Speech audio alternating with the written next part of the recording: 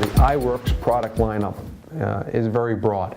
One of the interesting things is, and it happens to me all the time, I talk about iWorks and I try to use the word simple.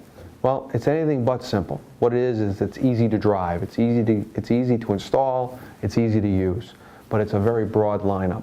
And it starts with the LCI, the Local Control Interface, which is a touchscreen interface that allows you locally, the consumer locally, to do all the setup parameters. You can change set points, you can change monitoring points, you can set up trend analysis, you can set up schedules. So if you want to have your house go to 68 degrees at a certain amount of time when you're not there, and then when you come home you want it to be at 72 degrees, you can set up schedules.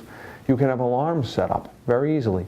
You can just touch the screen and set up some alarms that if your boiler doesn't fire, you can send an alarm off to your contractor and tell them that you have a problem and he can come help you. So the local control interface is what I call the brain. It's the orchestra leader.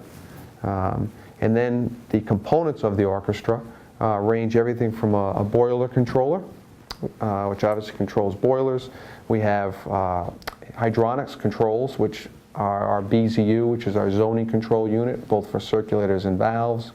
We have snow melt controls, our ZXU, which is used for mixing different temperatures specifically for snow melt applications.